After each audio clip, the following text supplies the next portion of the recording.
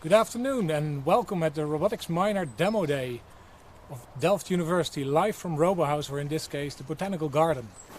My name is Martin Klomp and I'm the coordinator of this minor, and over the past 5 months these students have been working really hard in multidisciplinary teams to build a robotic prototype for their customer. So let's go! Welcome. Actually, we're in the Botanic Garden, but also on a construction site.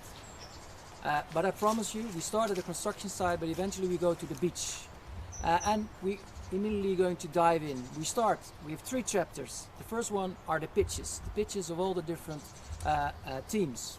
Then we do the demos, and finally you can go to each group individually and ask your questions.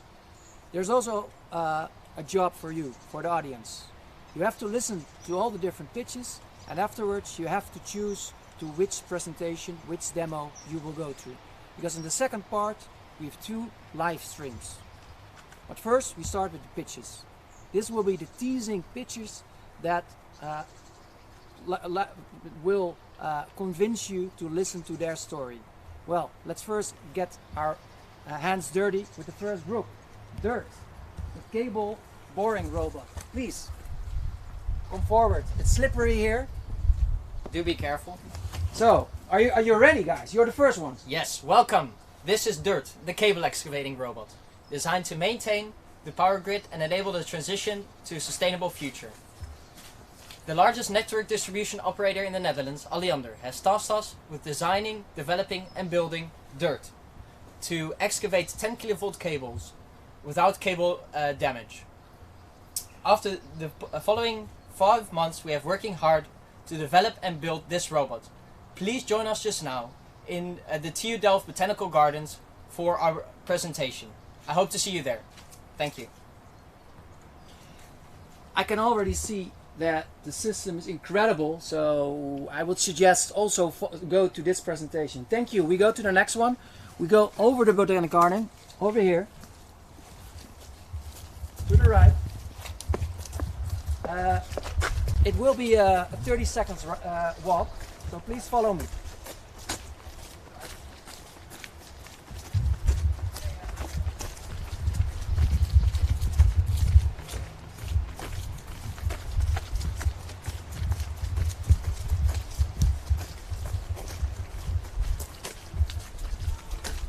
Today you not only see robots, but also plants, trees. We're almost there.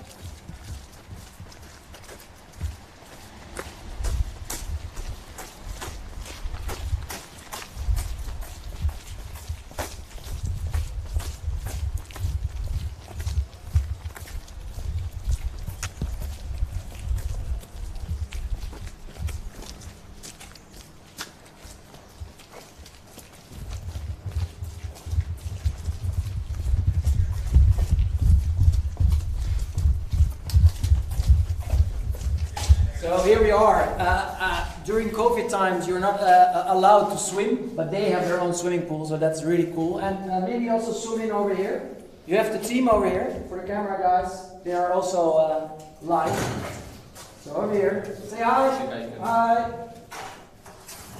Yeah, they're waving. Perfect. So guys, are you ready for your pitch? So here is Krill, the autonomous water sampling robot. Stage is yours. Thank you, sir. A lot of people do not know how much water, the quality of water, affect our lives, or that 20% of the Netherlands is covered with water. This has driven our motivation towards developing an autonomous water sampling boat.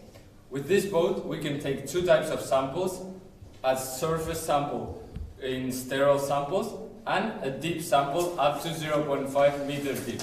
We have also developed a shell to make our boat rainproof, and during our demo we are going to show how both these samples work and how we are going to drive the boat around.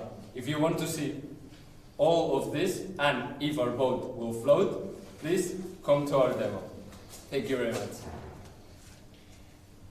And I already saw you guys maneuver the robot in the water, and it's awesome. It can go everywhere. It can only not go into the water, but it can move everywhere. Let's go to the next one. Thank you, guys.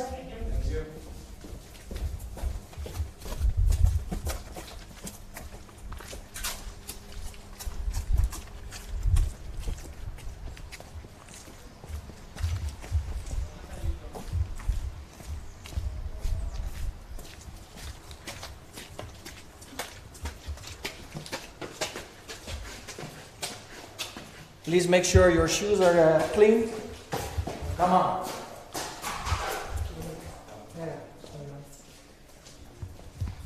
So this is the group that has their own room over here. It's Bikebotics. During the COVID time, there was an increasing demand for bikes, and they are able to assembly the bike. So, are you ready? Yes, okay. I'll take off my mask. Yeah, thank you everybody for being here today and watching us. I'd just quickly like to talk about the problem that we're facing here. It is that there's a facing and growing amount of electric bikes. I mean, you probably can imagine how heavy electric bikes are. They have big batteries and a heavy frame. Now, this means that factory workers have to build hundreds of them per day. And these are quite heavy, so if they have to carry all of them every day around, that would be really heavy. So what we set out for this project to do is to actually help the factory workers and help them carry these bikes, really to make their work better. We built a collaborative robot to help them assist with building the bicycles, and that's really what we're going to show you here today during our prototype. So basically, we would like you to come to our stream 2 at 3:45 today to look at our demo, so we can show you what the future holds for collaborative robots and helping in bike factories. Thank you. Thank you. Thank you. I will be there. Let's go to the fourth one. All the way to the back. This is a maker's lab of Robo Valley. All right. Hello. That's a robot. Hello, guys. So, Hello. are you ready? Yeah. So the problem is that there's a lack of medical professionals. There are people with medical speciality, and they want to focus on their own speciality. So we have designed a robot that my teammate is going to tell you about. Yeah, so we created the Auxilia, which is a very nice robot for doing simple medical procedures. So it's made to be very generic. It can use all kinds of end effectors, and they're easy to interchange. And this solves the solution that because robots doctors need to do very difficult tasks, but if they need to do a simple blood drawing, this is a bit of a waste of time. So we made Auxilia, which can do simple tasks autonomously. And its USP is that we have here a modular attachment. So basically, we can take out the venipuncture end effector, put another end effector in, and it can do a different task. So one robot, one robotic arm, and multiple end effectors. Now, if you can. Yeah. So the nice thing about it is that it can use the smiley to figure out where it needs to go. So it has a camera, and this way the assistant doesn't even have to say to the arm, it doesn't even have to move it there. It can just put a smiley face on the patient, and it will go there by using stereo vision, just as we as humans do. So that's very nice. So in our demo, we're going to show a live demo of the venipuncture. So this machine right here is going to puncture this arm and draw blood. And we'll also show how this can be removed, and then we attach a scissor to it, and then the scissor will work. And then I also explain what the future scope of such a product could be. Thank you. Well, you also have to leave something for the demo, of course. Yeah. So this will assist the doctors, and maybe it's also useful for getting the vaccines in our blood. Yeah, so thank you, guys. Yeah. We are halfway.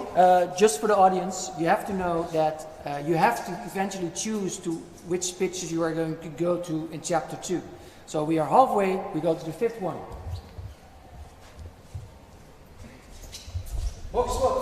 Boxbot. It looks already amazing with the red and white color. The carton feeder. Hi, we are Boxbot, and for the last 5 months we've been working together to create this machine, this robot. And the purpose of this robot is to pick up these stacks of cartons with a gripper that we designed and lift them automatically on a carton packaging in-feed machine. And right now this is done by operators, and for 1/6 of the time of the day they are manually doing this task, which is very strenuous task. So they get problems with their back or with their health. So we designed a solution for this. And this robot, in the demo we will show you that this robot can automatically grip these cartons and bring them to the conveyor belt. But that of course will be saved for the demo. And to complete this task we have a camera right there which detects the cartons. Then this gripper will move along the cartons, and eventually with sensors we can decide the exact location. So that will be really cool to see. Of course we have not done this challenge with just the two of us. We are working together with a full team that are on the laptop of 6 people that have worked really hard on this project. So that will be, so if you want to see this robot in action, and I definitely recommend it, then please come and watch the stream too. Thank you, thank you. So again, it's not a plane, but it's really a robot, really exciting. Let's go to the 6th one.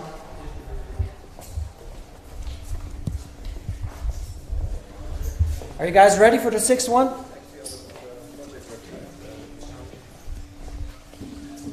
Hello. So, the delivery robot. So maybe in the future I don't have to carry along the full crates, right? Yes, well, so it's especially made for our delivery guys from Albert Heijn. So maybe you can't imagine the weight of one full crate with groceries, but the delivery guys from Albert Heijn sure can. Like, oh, sorry. So like one customer a week orders around 50 kilograms of groceries. Now, within a day, a delivery guy has to deliver 20 customers approximately. This means that the delivery guy in one day approximately delivers 1,000 kilograms in total. Well, you can imagine the total workload needed for the delivery guy. So let me introduce our little robot. It's called Trademate. It's an autonomous robot. It autonomously follows the delivery guy anywhere they go. And it uses a Mars rover-like system. You can see that it's got 6 wheels. It's basically made in such a way that it can climb up curbs and obstacles much easier than it usually would with 4 wheels. So yeah, what this basically does is make the job for delivery guy much more social than it's a physical job. You can, for example, talk to the customer or pet the dog and make it a more positive experience. So if you want to see a drive with all the crates and heavy stuff on it, please join us at our presentation. Thank you. It even has rear lights and front lights, red and white. Let's go to the 7th one. We still have two to go, 2 nice pitches. Well, I promised you to take you to the beach. Here we are with Swarmbots. All right. So, please. So we are Team 7. We present the Swarmbots. And these are mine. So I'm going to ask you to imagine something. You're in the summer, next summer, you're in the beach. It's a beautiful day, it's sunset, and all around you is trash. We tackle marine litter at the source, and this is where we are going to start. So data collection is one of the most important things to be able to gain more knowledge about the issue that we're facing, as well as to develop more sensible measures and take action against it. Right now, most of that data collection is done manually by either volunteers or scientists in what is a very grueling and time-consuming job. And these right here are our small, easy-to-use robotic solution to this problem. Their name is MAP. With artificial intelligence and accurate GPS positioning, they can detect where litter is in the beaches and report that to its user. They have 4x4 wheel drive, as well as casings designed to resist both rough weather and bad and rough terrain. And lastly, with autonomous behavior, they really become machines capable of aiding in the beach cleaning process. We believe that in the future, swarms of these robots will be able to aid in the data collection process in the beaches and revolutionize how people and robots clean them for years to come. And that is MAP. Thank you, thank you. So actually robots working together for performing one task. Cool, let's go around here. We always have some champagne prepared over here for the moments. So here we are with the data collector robot. Take you to the green fields. Well, take it off. Well, hello there. May I interest you in consuming a tastier and more nutritious diet without actually changing the food that you eat? The answer is quite simple. Organic foods. A recent collaboration between British and American universities found that organic fruits, vegetables, and grains have measurable nutritional benefits over their non-organic counterparts. Without pesticides to guard against harm, a plant will produce more antioxidants to fight damage. In fact, the study found that organic foods contain 16 to 69% higher concentrations of antioxidants. When the plant is eaten by humans, these antioxidants are absorbed by our bodies and also protect our cells from harm. However, that's not all. The antioxidants a plant produces as a response to stress become a part of that plant's signature taste. So, if you're looking for more intense flavors, remember, organic farming accentuates flavors in fruits and vegetables. Just in case we still have some skeptics in the audience, I hope you can trust my good friend Matt. Please have a taste of these tomatoes. This is a tomato I bought from Jumbo this morning. And this is a tomato I got from the market in the center of Delft this morning. Bit bland.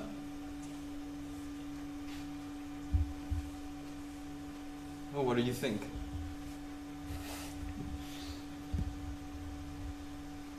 I can taste the difference, but I still don't know if it's worth the price difference. Oh, well, Matt, that is actually a very good point. In fact, statistics from Jumbo and Albert show that although they have more than enough offer from they offer more than enough organic foods, the market share of these organic foods is only 3.1% of the total market share. That is staggeringly low. When questioning consumers about this, 68% of them say they didn't buy organic foods because they were deterred by the price, and who can blame them, right? Very few people are willing to pay 3.95 euros for a kilo of tomatoes on a regular basis. The way things are going, it doesn't look like agriculture in the Netherlands is going to make it to the target 25% organic by 2030, as stated in the so-called Green Deal. However, our parent company, Outbot, has set out to do something about it, and this beauty over here is a first step in that direction. Thank you for your attention, and please join Stream 1 to find out more. Bye. Thank you. Thank you. Come with me. Circle around the robot.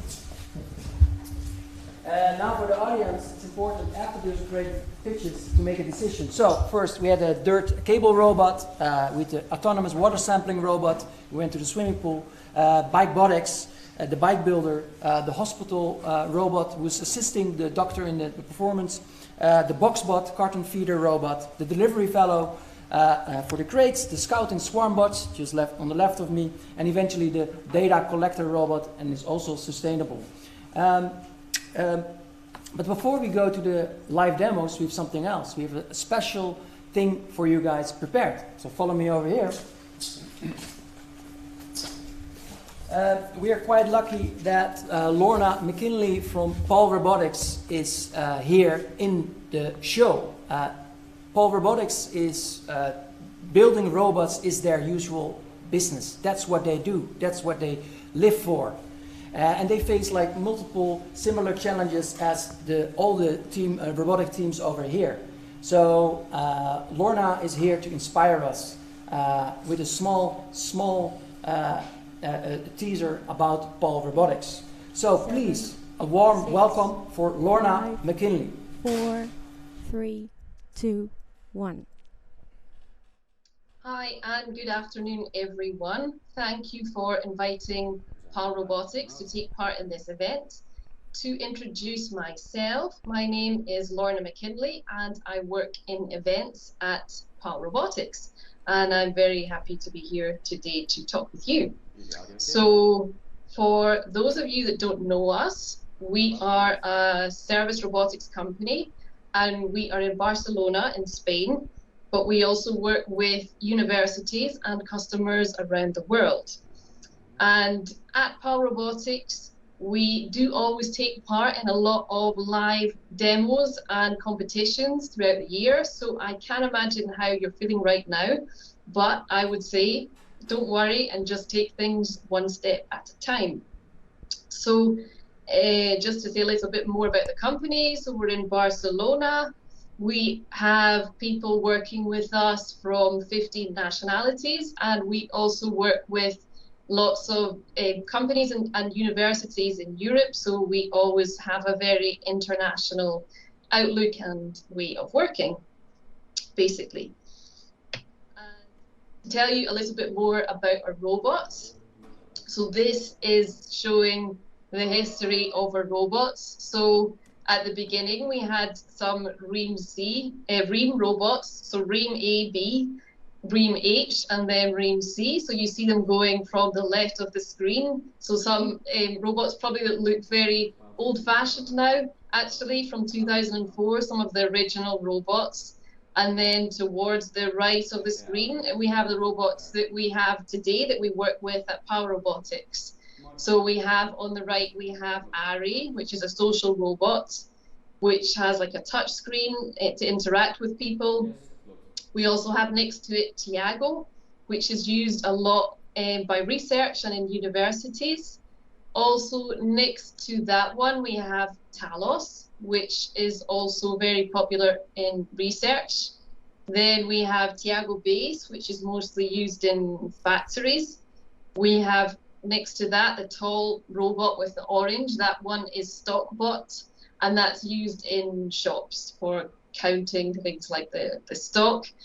And then next to it we have another version of the Tiago Robot, and then we have Ream C, which is also used as well in research. So at Power Robotics, we do take part in big events and demos very often.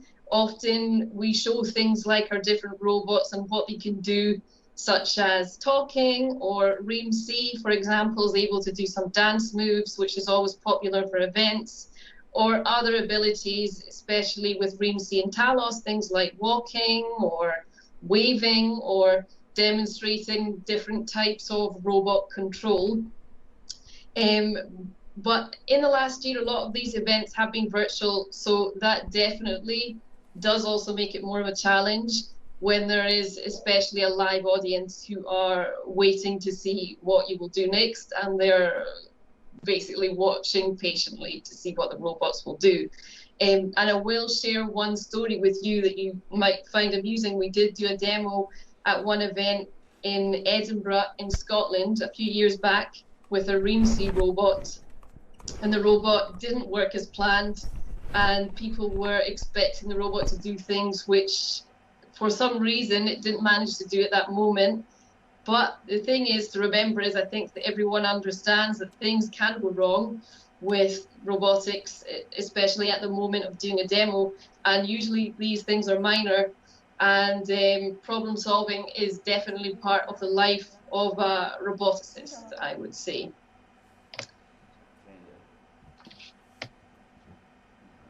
So to tell you next, I'm going to tell you a bit about our Tiago robot, which I think you will find interesting because it's used by a lot of universities and is used a lot for research. So Tiago stands for take it and go. And the idea of this robot is that it's really easy to use and you can get started almost straight away. And that Tiago has a lot of tutorials and simulations that you can find online, and actually has been used a lot in robotics competitions, especially across Europe. So here I will show you just some pictures of some of these. So here's some competitions Tiago's taken part of in the European Robotics League. So you can see different tasks here. Some of these actually in our offices, or some of these in different universities, teams working together with the Tiago. Also, you'll see some other robots there doing some manipulation tasks, being able to pick things up. This slide here is Tiago in RoboCup competitions. So you can see a video there, I think, of some of the different activities the teams work together to get Tiago to do, things like quite amusing, but cleaning toilets or serving food and drinks to people. So many different types of activities. And then in this one, I think Tiago's emptying a trash can, so it's just teens having fun, learning to do all different types of activities, and learning to utilize the different types of abilities and work together to get these to do what they want them to do.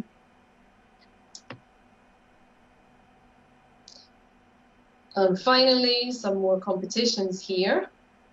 And then, so with Tiago, what you might like is that a lot of the resources are open source. So you can use your own packages and drivers and controllers. And there's a lot of simulation online for gazebo, like controllers, tutorials, 3D URDF models. And I feel that these make a big difference because they make robotics more accessible to anyone, anywhere. Even if they don't have their own robot, they can have a go at learning different things and trying things and see how they work without maybe some of the risks of having their own robot present, basically. So another thing we do at PAL Robotics, like I said, we do a lot of demos at events, and here's one example. So for example, here with our Talus robot, we have the robot in a hoist, which we do for events, and we show things like how the robot can interact with the environment. This demo was showing the robot in a position control, so that showing that in that position it can't work with users, it can't interact, and then also demonstrating torque control, just to show that how the robot allows users control of the robot and force. So showing basically that the robot adapts to the environment and to humans around it. So this is some of the kinds of demos that we do at events using our robots.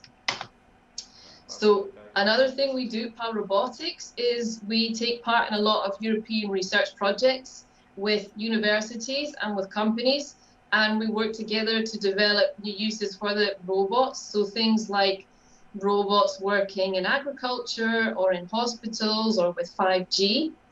In these projects, what's really important is teamwork, as all of the organizations have to work together to make sure that the project reaches its goals. So to be able to properly test the new features in the robot for new uses. So after the project, the things that have been learned in the project can then be used in the robots after that. So working in a team, of course, is always rewarding, but it does bring challenges. And this is something I think that is important to remember. The opportunity that you get to build new relationships in robotics, but also overcoming challenges and being able to problem solve together as a team is a really important skill to have. So after these projects, as I said, developments that happen with the robots can then be used again in the future, and then the robots are able to do more and more all the time. So this just shows some of the different companies we work with in these projects, which is very interesting. So there's a lot of universities, and then also there's a lot of big companies as well there, like Bosch or Philips, which is very interesting for the teams. I'm just going to tell you now just a few examples of some of the research projects, which I think you might find interesting. So with the Shapes project, we are working mostly with our ARI robots, and the robot is going to be helping people, older people in the home. So helping them with day-to-day activities, giving them reminders. The robot has things like games on the touch screen that users can play, or users can do things like quizzes with the robot, or they can ask for the news. So it's to make it fun and engaging, but also helpful for people. So this project is about learning how this could work in real life. Another project here, we do research projects, again, working with universities, working with companies, is Symbiots. And with this one, it's about how a robot can work better in industry in terms of being able to manipulate objects and interact better with humans, so more like the area of collaborative robotics. Another project here we have that's very interesting is Now Touch, and in this project we aim at improving artificial tactile systems, so which means basically that researchers learn more about how human and animals' tactile systems work, and then in this project, the Tiago Robot that's in this project is learning to do things like recognize smaller, more delicate objects to be able to pick up things like eggs or paintbrushes, or you can see in the pictures here picking up things out of drawers. So it's really about manipulating objects and learning how to manipulate objects easier and with more skill. And then another project we work on finally is called OpenDR, and this is also a research project, and it's about deep learning to provide advanced perception abilities in robots. So here the robot is using things that it's learned to be able to interact better with people and with its environment. So you can see in the pictures here, it's handing a cup by the looks of things to the CEO of our company, or it's also the robot is also learning to do things like unload plates from a dishwasher. Okay, and what I wanted to also tell you was a little bit about my experience in robotics. So actually, I started in robotics in 2020, so just last year. So it's all quite new for me, but I have to say, I do find it very fascinating to see the difference that robots can make to people's lives.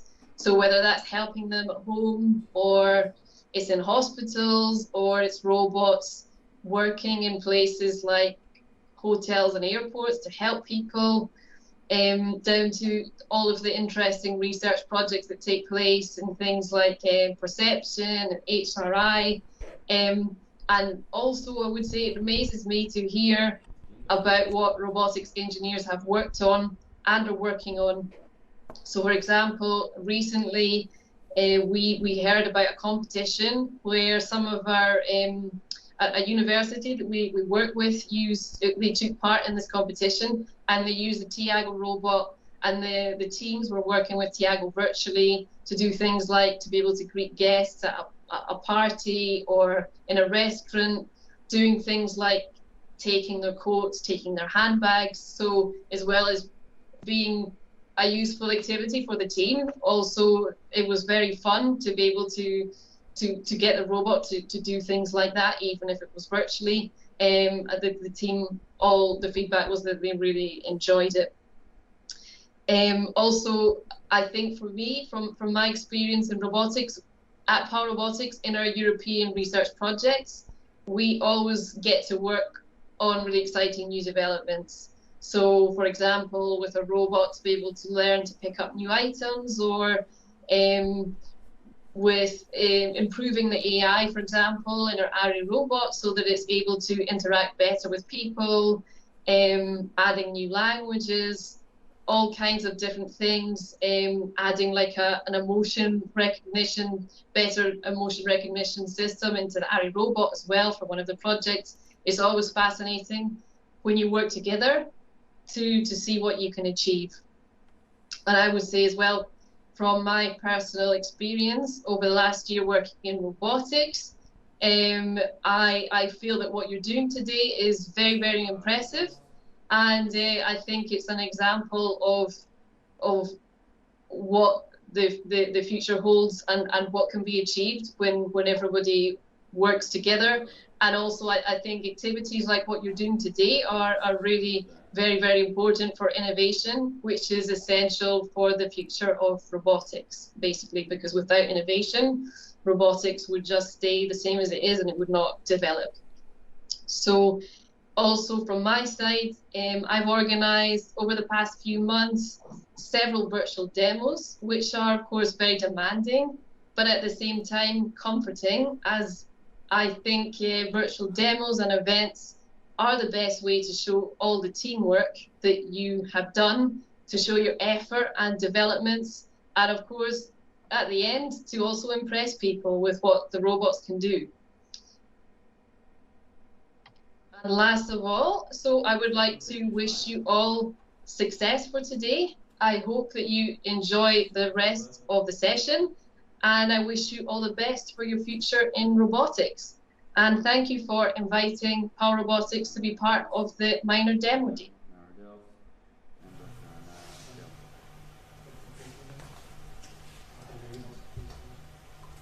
Welcome back at the Robo House. Lorna, thank you very much for this inspiration and your time and energy for giving us a sneak preview of your work of Power Robotics. Now it's time for the third chapter, or the second chapter actually, and that are the actual demos. So I hope you all made a choice of all the different pitches you heard, because now we are moving back to 2 streams. So you can scroll down on the web page. There's one stream of me, and I first go to the delivery fellow, and there's a second stream, which is Joost. Yes, and we will go to the cable digging robot outside. So, guys, are you ready to move? Now we split up, and I will go to the delivery fellow. Let's go. Alright, so you're still hooked up, the cameraman is still hooked up, and we're going. Okay, we're underway. Sometimes I'm too fast for the cameraman. So, the first demo.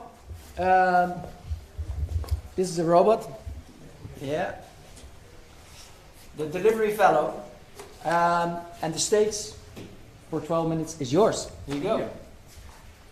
Right. So this is our delivery fellow. We call him Trademate because he carries crates, and he's a little buddy for the delivery fellow. So what you see right now is Shashank is driving our Trademate around. He's using a joystick controller right now to showcase its maneuverability. We're just driving around these 2 boxes that are on the ground, driving figure 8s and driving circles.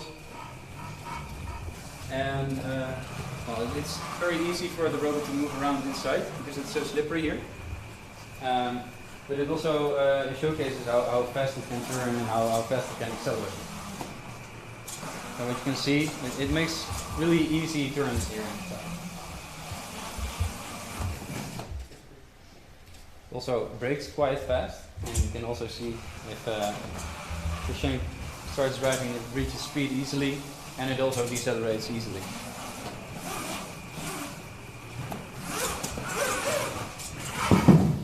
It's strong enough to do everything. So it also got ultrasound sensors, but we only engage the ultrasound sensors when the robot is autonomously moving. So it's following with the camera, because then it doesn't know whenever it's going to bump into anything. And of course, Shashank, our delivery guy from Albert Heijn, he knows when the robot is about to bump into something. So the robot uses differential steering, as you might have seen already. Differential steering is basically the steering that the tank uses as well. So whenever you want to move left, you drive faster with your left wheels than the right wheels. That's basically as easy as it works. So here inside, that works just as easy as, well, it works really easy actually, easier than it would outside, for example on asphalt or on pavement, because there is more friction outside. And that means that the robot will have more difficulty outside to turn around, because the wheels in the corner, they have to spin much faster to create a slipping movement, and only the wheels in the middle, they can keep contact with the ground, so they turn around. So that's basically what we're doing here. And I think we can turn on the autonomous follower now, Shashank. So what Shashank is doing now is he stands in front of the robot and he turns on the autonomous follower, and now he's going to move around. He's not touching any buttons on the follower anymore, or on the controller anymore, and basically it's just following him. You can also see, like, I'm in the frame, the camera on front, it's got a fisheye lens, so it easily is able to see me, but even with me in the frame, it will still keep following Shashank. Now the way it does it is not necessarily following the Albert Heijn shirt, it's just following whatever was wearing something blue and it was standing in front of it when it was engaged in the autofollower.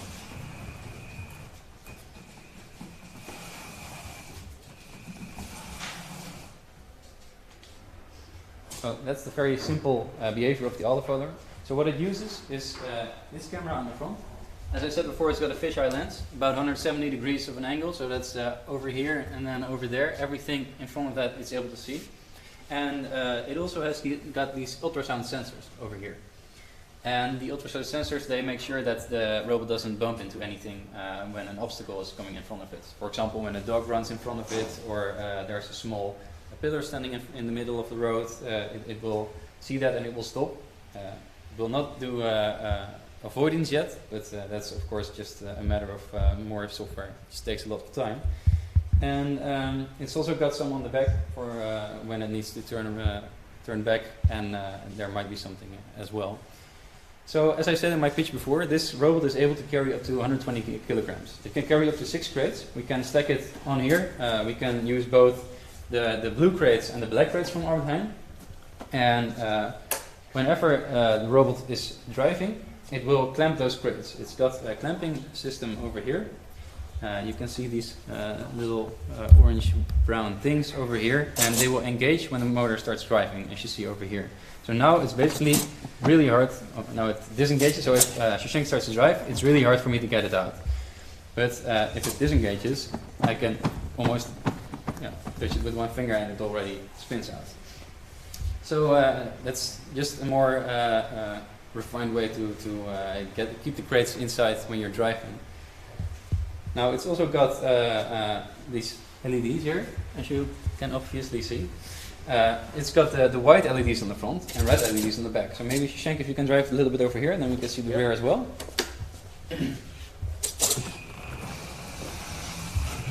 What you can also see is when Shashank is driving right, it turns on blinking lights on the right. And it is a little bit out of sync. That's because we are powering everything from one Arduino. And an Arduino is really not that good at doing everything at the same time. But what it's doing now is using a lot of timers to send controls to the motors, but it also sends controls to those servos that I just mentioned, and it sends controls to those lights. But to keep that all working at the same time, they work one by one instead of working all parallelly, because an Arduino cannot handle that, at least not the Arduino that we use. So that's why the lighting is a little bit twitchy, and it can always be upgraded with another Arduino, of course. So yes, I think what we can continue to do now is drive a bit more. And well, as I said, it should be able to drive up curves really easily, actually. So Shashank is just going to drive over there. So we are going to be able to drive over this curve over here. Shashank will stand on that side, I will stand on this side, so it doesn't move, and we will show... Just push it a little bit over there. Yes? Yep, that works. And now we will drive our robot over there.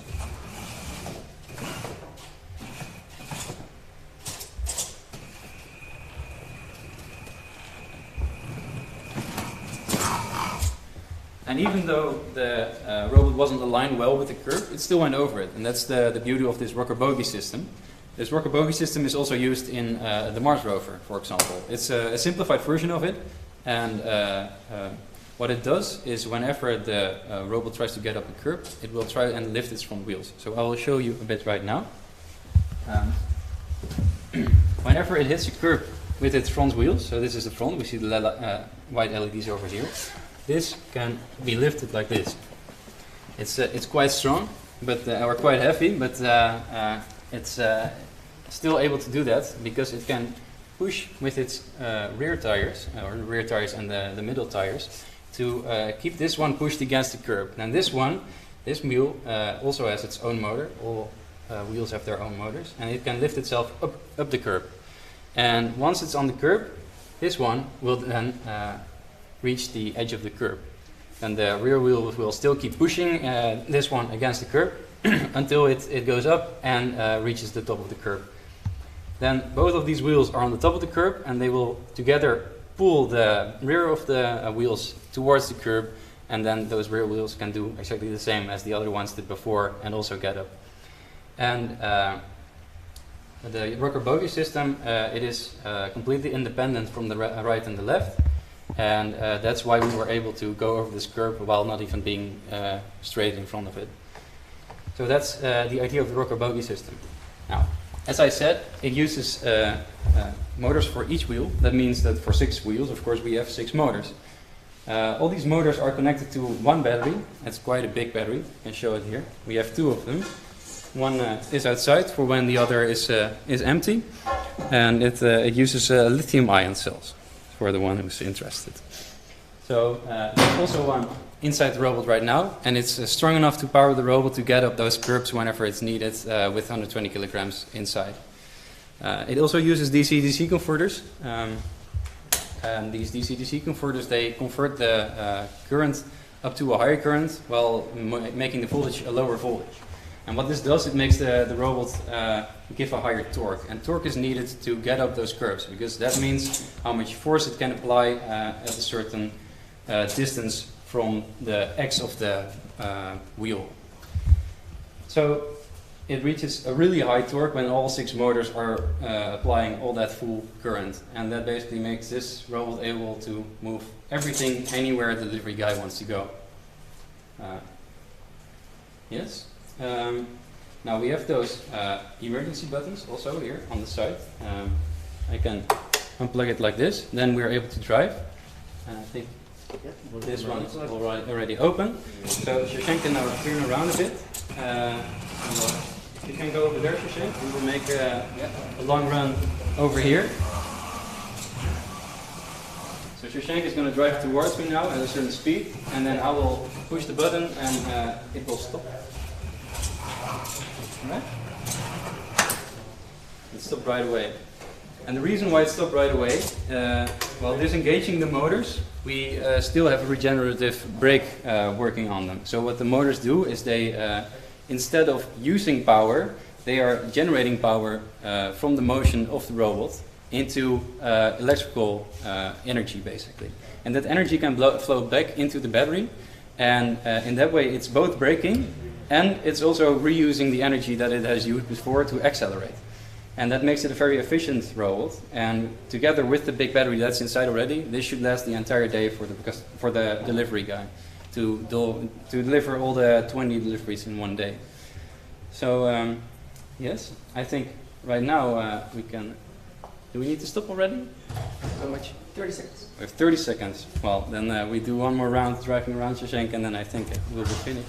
Maybe you can drive to your teammates. Then the camera oh yes, can also see their yes, teammates drive to the there. teammates. It's coming towards you guys. Hello, do you see us? Yeah, you see the thumbs. So thank you very much, guys. Yes. An applause for me, from my side. For all of you over there, if you have any additional questions, there will be a moment to meet the team in their own live stream. It will be on the website, I think, the link to the Zoom. Let's go to the tomato guys. Where do you want us? Here. Okay. Yeah. So the lights are on, the machine is working, the stage is yours. Thank you. Yeah, as you can see, the lights are working. Hope you liked the way we portrayed the image with tomatoes, and to give a more general image of what we were trying to talk about. Basically, in our world, farming uses a lot of pesticides, so that means that the soil is very affected by this. And our team, our company, Oddbot, is trying to solve that problem by basically whacking weeds physically and taking away every pesticide that a farmer could use. So then the soils are not polluted by anything. Our robot is meant to drive over crop fields and basically take photos of every crop, which then each crop can then be individually monitored, and then another robot will be sent to whack the weeds and thus improve the life basically of the crops. So now my colleague will show you the insides of this robot. what it does is it has a few chips for positioning, for orientation, of course batteries, and a really good processing unit. This allows it to be fully autonomous on the field, and the supervisor basically has a web interface which allows him or her to set the robot, put it on the field, press start, leave, and then just monitor the robot by accessing the web app remotely. Now, this is the interface. What it contains, it's really simplistic. There's a status connection, there's a joystick that controls the robot, there's the location of the robot, and live feed image from the camera. So as my colleague is putting back the lead on our on the big thing,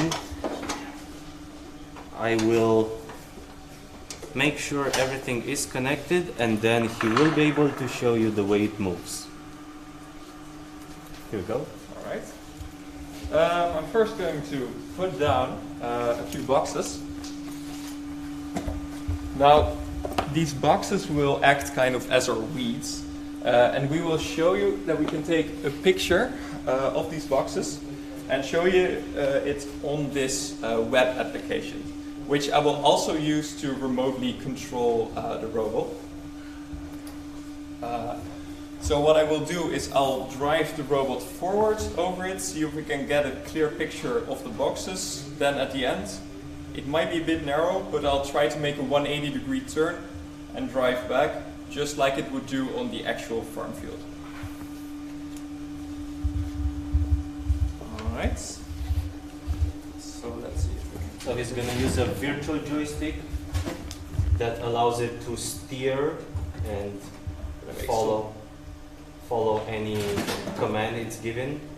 You can go a bit forward. Yeah.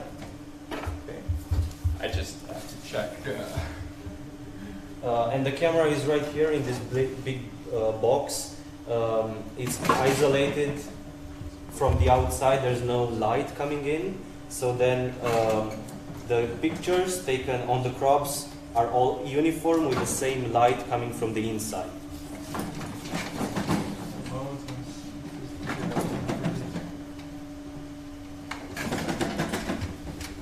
Now, as he positioned it, the feed will get updated. It gets updated every few seconds. Can't move it very accurately, but here we can see a snippet of the box. Can maybe try and move it a bit more. There we go. Yeah, that's way better. So now we're directly on top of it. Now, in the actual use case, we'd be able to position this box, get a more sharp issue, and then the machine learning algorithm would be able to really pick out the weeds so another robot could come along and destroy them. Now the next part is I'll try and make a 180-degree turn. So it probably needs some space. And first drive a bit more forward. Let's see. Now in a more real-world application, as this is, the robot will go straight on a row of crops, it will have to steer at the end of crop row to go to the next one. So it will do not really a 180-degree turn, but it will have to make quite a tight turn, while also doing this autonomously. Let's turn it around. Even if the ground here is pretty flat, it's actually interfering with the wheels at the back, which are made to make sure the robot is stable in pretty rough ground. Because of course in a crop field you don't have concrete or anything, you have ground, which is also a bit messed up by the tractors that go before it. Yeah, it's inverting the steering control, so I'm having some issues. Okay then. we're gonna move it manually. Move it manually. It doesn't. Oh, watch out. Maybe just. Okay, and then just try to drive it now, and it should work.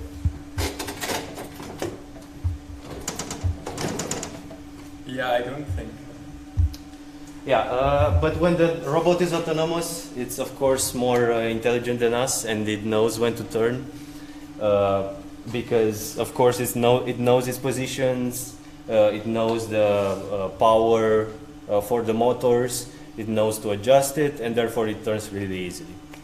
So this is our attempt to solve a problem that will be even bigger in the future, which is the use of pesticides in the field.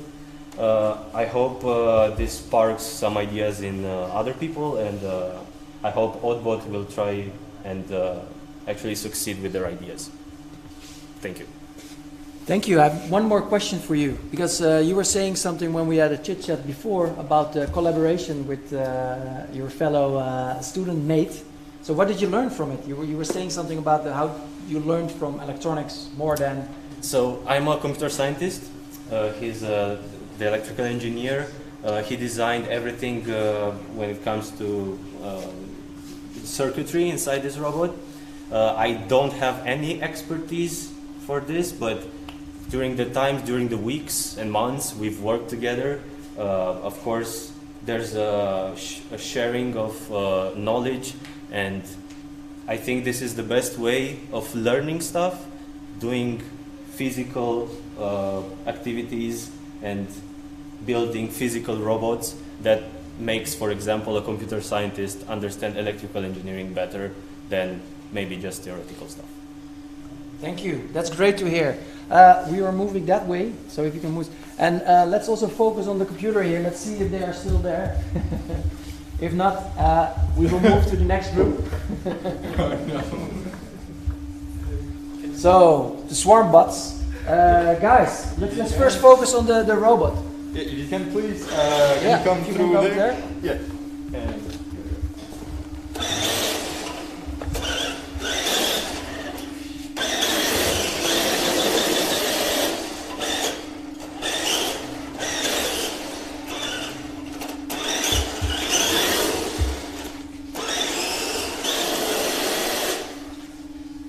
all right, so welcome back.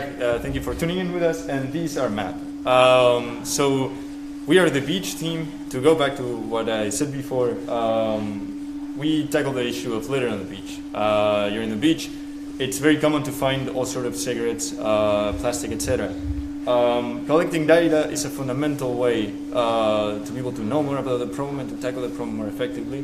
One of the biggest problems in the world right now is marine litter pollution. Just last year, literature was published indicating that monitoring litter in beach and coastal areas is a very effective way of also knowing what is happening in the marine environment. So our push to help with this is to substitute the manual labor that happens right now with easy to use, simple, easy to repair robots that you can deliver into a beach area and have used by a beach cleaning crew to scan beaches and be able to make a contribution in a quicker and more effective way. So without further ado, my teammate Rahim will show you the main features of the software of the robot. Yes. Hi.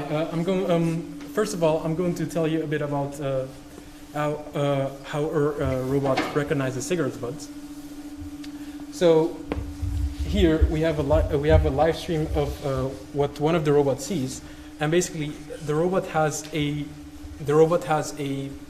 camera on top of it or under it that it uses to detect cigarette butts.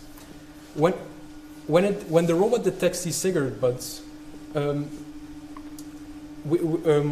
the robot detects these cigarette butts, these cigarette butts are the location of the cigarette butts are placed on top on a map where the user can easily see how many cigarette butts the robot has detected and where those cigarette butts that were detected. So the GPS we use is an RTK GPS, which is very accurate, And this is important when you want to know exactly where the litter is. So here we have our web app set up where you can see, where there's a map where you can see the cigarettes that were detected. There's also a video here which shows you that shows you kind of how the image recognition works. So when it sees a cigarette, it just draws a box around it, and then it tells you that it detected this box, and then you can store the cigarette's location in the web app. So the next thing we tackled was manual control. So of course we eventually want the robots to be able to move autonomously without any person using them. These robots are meant to be used in rough terrain, and therefore it's important for us to get manual control working first so we can test everything. So right now my colleague Antonio will show you a bit of how the robot drives.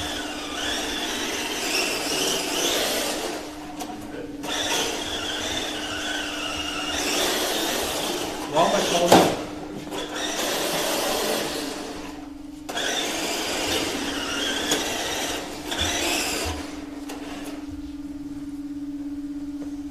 the next thing we had to tackle was, of course, autonomous navigation. You don't want people to be controlling the robot. You want the robot to be driving by itself. So that's what we did. We implemented autonomous navigation, which means that if you tell the robot to go somewhere, then it will go there, and while also avoiding obstacles.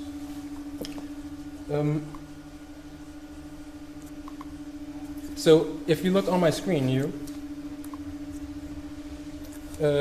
you can see a map of where the robot thinks there are obstacles. So all these gray squares is where the robots think there are obstacles. Due to noise from the sensors we use, this can be a bit inaccurate, or it's not as accurate as we would like it to be. But we can still show off that the autonomous navigation works and that it can autonomously drive around and go places. So that's what I'm going to do now. I'm going to tell it that I want it to go somewhere, and the robot will start moving, attempting calculating the path on how to get where I told it that it should go. So right now it's doing a lot of erratic behaviors, and that's because it thinks that it sees obstacles where there aren't any obstacles. So it has to keep recalculating the path every time. In future iterations, with better sensors and with more experience, we will be able to fix this problem and make this robot truly autonomous. So you can see that the robot is driving around. It's doing this very slowly to make sure that it doesn't hit anything.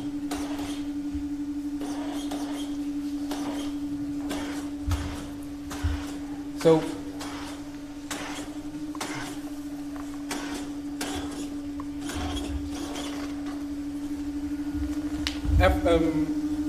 now that we've given a short demo of the robot, let's look at its internals.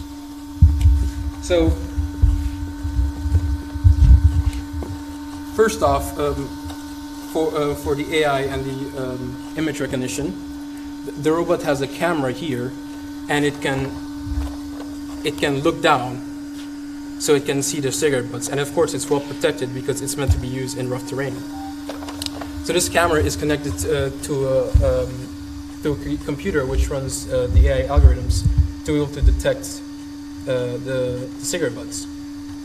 So after the cigarette butts are detected, it needs to know where they are, so that the users of this robot can collect that information. So here we have a GPS which we use to get accurate positioning, so the robot knows where the cigarette butts are. For the autonomous navigation, to be able to be able to detect the obstacles, we have these all around the robot. We have these 6 sensors, which we use to know where the obstacles are. So I'm giving you an overview, a high-level overview, and my colleague Antonio will go in more detail. All right. So as you could see from the driving before, the motor that the car uses is pretty powerful. We made sure that they are designed for long missions. Obviously, you don't scan a beach in a short time. So we loaded them up with these batteries that you can see over here, right next to the motor, which give them up to 3 hours of autonomy. That means that for 3 hours straight, at an average speed of 3 meters per second, they can scan a beach and detect the litter in it. Beyond, you can see we made the casing ourselves for it, and it's waterproof. The system is designed to basically survive under the conditions that you might expect in a beach, such as moisture, water, etc.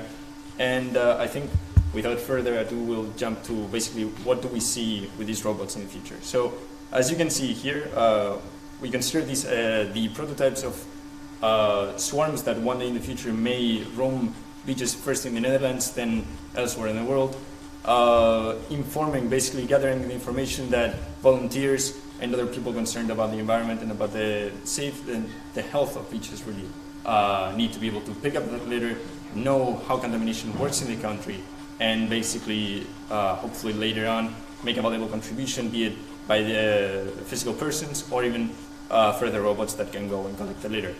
In the future, we have the challenges of developing proper autonomous behavior, proper swarm behavior, so make them communicate and make them go away. And in future time, we hope that this solution really becomes something impactful and that has a big meaning for the effort to clean up the mess that we make. So that would be our presentation, and thank you a lot for staying in with us. Thank you very much. It's a really nice duo over here.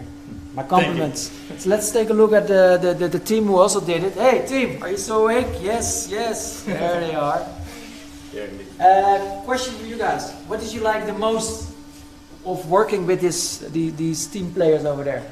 Well, I think it's very rarely that you get the experience to get out of your field, to truly work with people that don't have the same experiences, don't have the same expertise as you do, and it really means a lot, and it's really a big growth when you get to see how your own skills can play in with the skills of others to make something that works and that sometimes exceeds your expectations. And overall, in my personal experience, it's been a great. It's been an experience of which I am really proud and of which I've personally learned a lot, not only from the structural point of view, but software, etc. that I was just not tuned into. Any words for him? Yeah, maybe a question for you, Reen. How was it to work remotely on your robot? Of course, a lot of challenges, but what did you like and what in doing this remotely? Well, since we're building a robot, it's very hard to work remotely. So the most challenging thing was testing, because you write something and you try to run it on your computer, and it works. But then when you come here and try to run it on the robot, it will not work. So that was I think the most challenging part. Something else was also interacting with all the lowest level components. That was also very challenging since we don't know a lot about that. And this is really the first time that the software people are really like going deep down into what computers actually are. Yeah, the best thing I guess about working remotely was that there wasn't really that stress of like everybody together trying to work. So normally when you're working in an office and everybody's there, it's crowded, and I feel like that makes it a bit more stressful. But when you're alone, it can kind of take that stress away. But of course, too much being alone is also stressful. Thank you. Thank you. Well, you did a great job remotely and also partly in RoboHouse. Thank you very much. Let's move to the final presentation. We're going to deep dive in the swimming pool to krill. So let's go.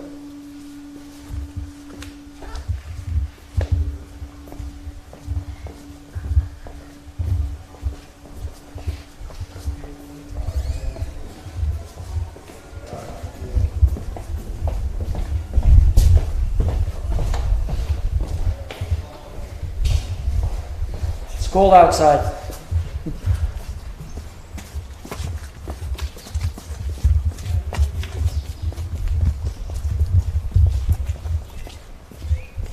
Guys, are you ready? Yes. They are ready.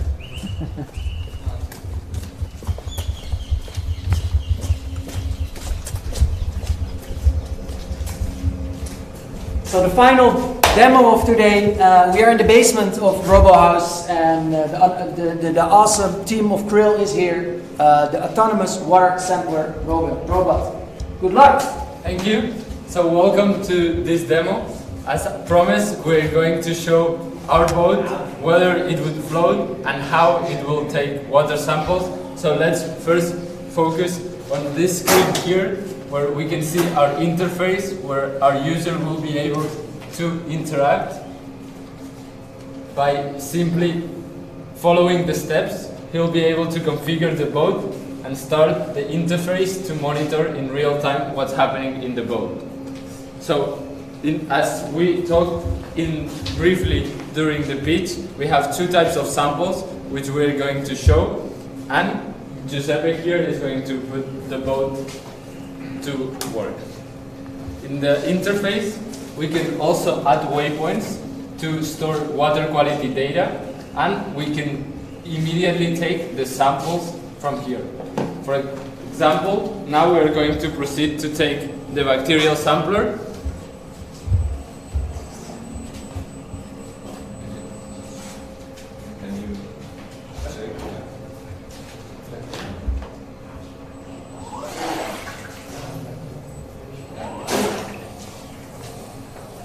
So the first step there, it goes up until it finds its limit, so then now it has a reference.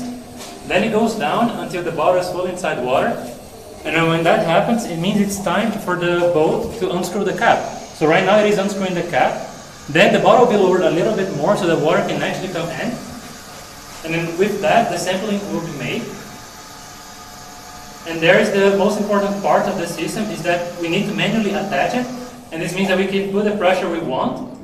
And this allows us to be able to handle a multiple amount of sizes and shapes of bottles just by having a proper cap and a proper holder for it.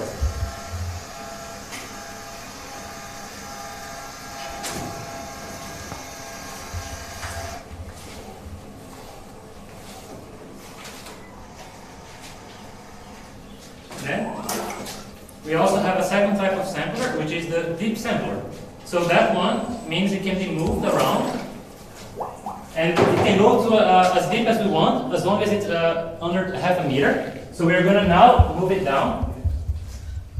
In the meantime, as you can see, we have two cameras. One of them is used for software, which we'll also show later how it works. And the second camera is an FPV camera that we can use to control the boat in real time. This is used in drones and can be used to control the boat at really long distance. In fact, we have already tested our communication and the range is over 400 meters. This means we will be able to take water samples at least 300 meters or 400 meters, and as I said, we have two types of samples. So we could take 2 liters in our deep sample and we could take 1 sterile sample.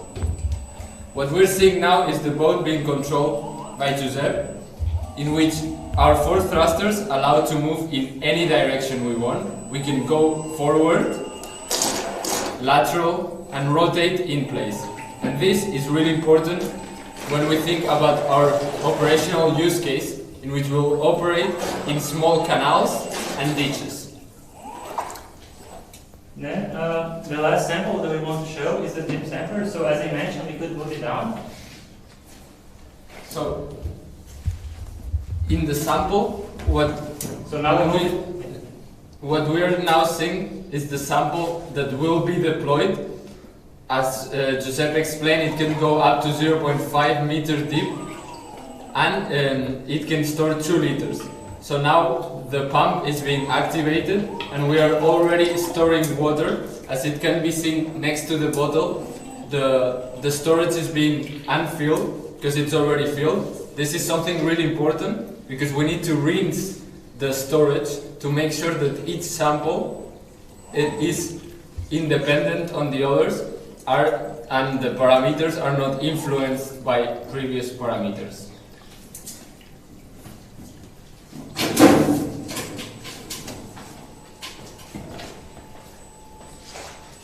Now we are going to focus on the software. As I said, we have 2 types of cameras, the FPV to control that I showed before, and the camera which allows for obstacle detection. In this camera, what we do is algorithms to be able to detect the obstacles and be able to stop in time. What we're going to see in the image is this camera here detecting our boat and creating a path on the right to avoid this obstacle. Although in real life we would use a controller to actually take this path, since we are in this pool and with no GPS we cannot test this. But we can already see in this image that the detection of the obstacle is pretty reliable, although the depth image we obtain on the first place is not reliable and therefore needs of a lot of overhead in order to filter this efficiently. Now we can move to this poster, in which we can have an overview of all the different components, starting for the last one I just showed, the real sense, the shell, the both samplers, deep sampler and bacterial sampler, the sensor box. This is a very interesting component which allows to add any sensor we want. Right now in the boat, in the tip of the deep sampler here, we have pH, we have temperature, and we have dissolved oxygen. Although mechanically and electronically, we have developed this in such a way that we can add any sensor we are interested in. Here on the lower part, we have the interface that I showed before, which it is really important for us to make as simple as possible to the operator to monitor the operations in real time. Now I'm going to move to this other poster, in which it explains a bit the motivation. So why do we need to monitor the water quality? So what we want to do is we want to sample, we want to map, and we want to send. And why do we want this? To get information of the water quality, of how we can improve it, and get knowledge out of this data. What I mean by this, we not only want to know if the water is clean or it's dirty, but also where does this dirt come from? And also, the more information and knowledge we have, the more knowledge, the more we can use this information to actually improve water quality. So now we can refocus our attention to the boat, in which we can answer finally the main question we had: will it float? It does indeed float. And now Giuseppe will show how we can control the boat in all directions.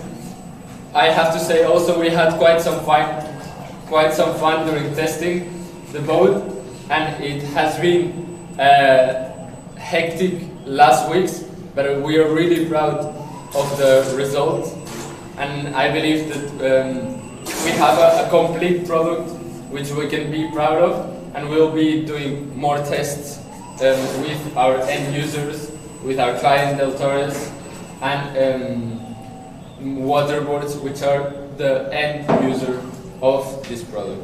Would you like to add something, Joseph, about the boat? No, the boat right now, it is pretty scalable as well. So in the future we plan on having multiple boats, just like this one, and they will all be working together into the same goal. So this means that if you have a big lake, we just need to add more boats and they will cover the area faster, and this allows for the companies that need to do that they are able then to do it in a faster and more reliable way. And then because of this, we are able to motivate and model the water bodies better. And then in the future, we hope to have better water qualities both in the Netherlands and in the whole world. Yeah, thank you, Giuseppe, for that addition. As Giuseppe said, we do not finish here. We want to keep improving this product. So one of the improvements is to be able to adapt this concept on a larger scale with Swarm technology, but also to improve the autonomy. So now, as I showed, we use the detection to stop the boat, but in the future we would like to be able to operate autonomously in dynamic environments, so with other boats in the canals. And we also hope to expand our types of sampling and of course be able to take better information in much less time. So I think that was all for this demo. So thank you, Sam, for your time. Thank you very much. Thank you for the great explanation. Let's take it for a spin one more time. Just to show off a little more. Some other interesting components are the emergency button, because of course when talking to the potential end users, the politicians are always really interested in safety, in vandalism. So you are going to dive in now? We consider it, we'll leave it for next time, for the summer. Thank you very much. Just one more thing for the audience at home. Because of course of the current times, they had to manufacture everything sometimes from home, sometimes from here. Some groups even make vacuum forming machines, all hands-on, handmade. And this is their shell. If I can ask you a question, like what is the part that you manufactured for your prototype? Is the part that you are most proud of, or that you think like, wow, that was really challenging, but we did it? Yes, I mean, my side particularly, I would say the hulls, because everything is 3D printed, and then it brings a big challenge. 3D prints generally are waterproof within itself, but when you connect multiple, it's very hard to make them waterproof between each other. And during the process that we had for manufacturing, we had a lot of protection layers to the point of getting a hull that doesn't even look like 3D printed, just shiny, smooth, and it's perfect to be a proper hull for a boat. And it gives the proper support for everything else that we need to have. And in my opinion, if I would have to highlight something, I wouldn't focus on something mechanically or specific physically of the boat, but I would focus on how we were able to, in these circumstances, work together, work as a team.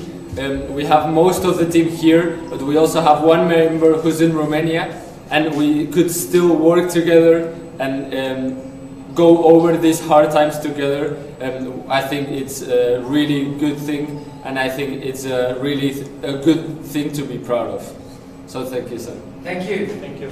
I think it's time for the final words of Martin. So let's move up, and you two maybe as well or not, I don't know. There's one thing that sucks if you're remote and not physically present, because they have a corona-proof cookies. So I'm the lucky one. I can get one. So freshly baked. Let's go.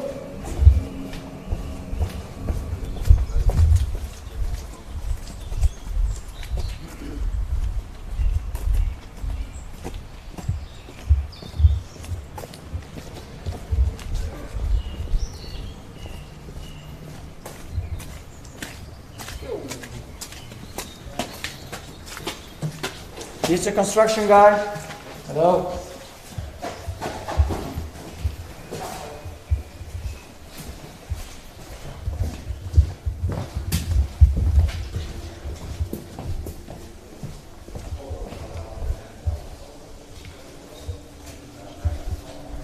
Well, welcome back to Robo Valley. I think the other stream is also here. So, Martin, I think the moment is there. Thanks, Sam and Joost, for showing all these demos. And also welcome back here in Robo House. I hope you enjoyed the demos, even though they weren't live in a way that you could have touched them, but hope to do that next year again. I was really impressed what these students have done this year. Not only during the demos, but also during the past 5 months. They've been working on this for 2.5 months in the projects and another 2.5 months following each other's courses. So it's not just 5 months that they're doing on this project. So I hope you are as impressed as I am as well. But I can imagine that you still have a lot of questions to the teams. So that's why we have a lot of breakout rooms. So each team has their own breakout session ready in a couple of minutes. So you can find them on the website robovalley.com/demo day. They will start it in a couple of minutes. Before you go there, please, I do need to do 2 more things. First one is, I'd like to thank a couple of people, because I haven't done this alone, of course. First one is the customers, for your trust in the students. And even this year, there was the option that the product, or the prototype that the students made, would have been just a virtual simulation. Luckily, they were able to build their robots, but I'm glad that you trusted us that we could make this. Second one is, of course, the teachers from all the courses that the students took, and especially the ones from Design and Robotics and SEM in general, because this course really is closely tied to this robotics minor and contributes to the success. I'd also like to thank everyone from Robo Valley and Robo House, and especially Joost for doing everything, making sure everything runs today, and David for making sure all the students can get their work done in all the technical parts. And lastly, of course, the students. And I'm looking at you, but I'm also looking at you, because most of you are not here. And that really was a challenge. Some of you are still even in India or Greece, or some team members haven't even met. So I'm really proud of you, and you can be proud of yourselves as well. So with that, before we go to the breakout, I'd like to toast. And all the students that were not able to be here today already grabbed one of the Proseccos and have that at home. So please open this, and as discussed, I'd like to ask you, the students, while toasting, please make a selfie or a screenshot. Because one other thing that we can't do at the moment, of course, taking a group picture. So send this picture to us and we'll make a nice collage out of it and still have some member of this day. So are you ready as well? Oh, this is always... Yes? Then I'd like to toast to all of you and enjoy the breakouts and hope to see you next year.